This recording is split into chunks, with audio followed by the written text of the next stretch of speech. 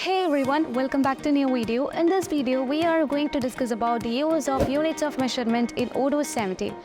Units of measurement is a standard way of expressing the quantity of a product. And you can use the units of measurement in Odoo platform, and Odoo will define a default unit of measurement for the product. When you might sell a product, you can use different units of measurement such as dozen, gram, kilogram, and so on. And you can use this units of measurement in many modules such as sales, purchase, inventory, manufacturing, and many more. And when it comes to the units of measurement, we can just convert the units of measurement, but conversion can be only done when both units belongs to one category. So let's say an example, you have just created 1 dozen of product that will be equal to 12 unit. So when you just enter the quantity of 12 unit into your system, Odoo will automatically configure it as 1 dozen. So let's see how can we use the units of measurement in Odoo 17. Let's see how we're gonna manage the units of measurement in Odoo 17. So in order to manage with the units of measurement, we have to configure the units of measurement. So if you want to just configure the units of measurement, first we have to enable it from the configuration settings of the inventory module, where you can just deal with the units of measurement under the product section, and that would allow you to sell and purchase the products in different units of measurement. So as you have just enabled this, you can save the changes and you can either just configure the units of measurement directly from the configuration settings, or you can just move on to the configuration menu and choose units of measurement categories. And here you can find the units of measurement categories with its UoM, and I won't be creating any UoM from the scratch, and let's consider the UoM category which is unit.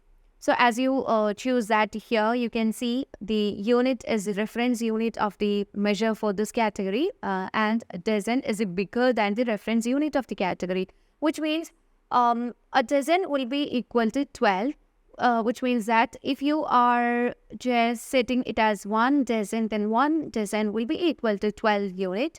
And you can also provide the rounding precision here. And if you want to add different UoM under a category, you can add that, and we can only do a unit of conversion in the same category. Now, let's consider the product notebook. So we just move on to the products, and here I'm going to consider the product notebook, and here you can see that the product is storable, and here we have to set the units of measurement. So we will be purchasing the book in dozen, and we can set the UoM as unit for sale. And as I told you that we can only do a UoM conversion if both units belongs to or both UoM belongs to one category. And here you can set the sales price as well as the cost of the product. And I would like to buy the book from the vendor Azure Interior, because Azure Interior always gives the product for a cheap price, as well as he has high quality product. So I'll be choosing Azure Interior Barden Freeman.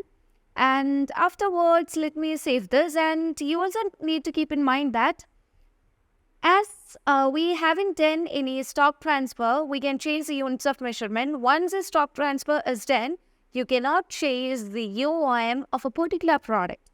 So now let me save this, and let's keep a stock of notebook. So let me move on to the purchase module. And here we are going to purchase the notebooks from Azure Interior. So you can just choose Azure Interior, and let me choose the product, which is notebook. So as I choose a product, here you can see the quantity will be updated and the UoM will be dozen. So here we are going to purchase 1 dozen, which means it will have 12 unit. And as we have just chosen Azure Interior as the vendor, and Azure Interior is selling this book at a price of 1, that will be configured here, and he has applied a tax over here, and that is applied. That's cool. And you can just save this purchase order and confirm the order. Now let me keep the product in my stock. So currently we haven't received the product. Now let's receive the product. So click on receive button. That would allow you to receive the product. And here you can see the demanded quantity is 12 because we know that 1 dozen will be equal to 12 units, and the quantity is updated here because it has done a units of measurement conversion over here. And you can just validate this so that the stock transfer will be done. Now you can just move on to the purchase order, and if you want to create a bill, you can do so because we have received 12 quantity of the books, which means 1 dozen. And let me confirm. So before this confirmation, we have to provide the bill date, and afterwards save the changes, and let's confirm the bill, and let's register the payment. So here you can choose the journal and set the amount as well as the payment methods and payment recipient bank account. And let's create a payment. So currently this is in payment, and after reconciliation the payment will be moving to the bank. Now I have received an order for notebook from the customer Abigail Peterson. So I need to deliver the product notebook to the Abigail Peterson. So let's create a sale order from the scratch. And here you can choose a customer who is Abigail Peterson. And here you can see that I'm choosing the book as, the product as notebook. And here it's 1 quantity. So currently you can see the units of measurement will be automatically configured here as unit, because under the product you can see that we have just set the UoM as unit, and the purchase UoM will be dozen. So whenever you try to sell a product or whenever you try to sell the product notebook, the unit of measurement that you have given over here will be configured under the order line of the sales order.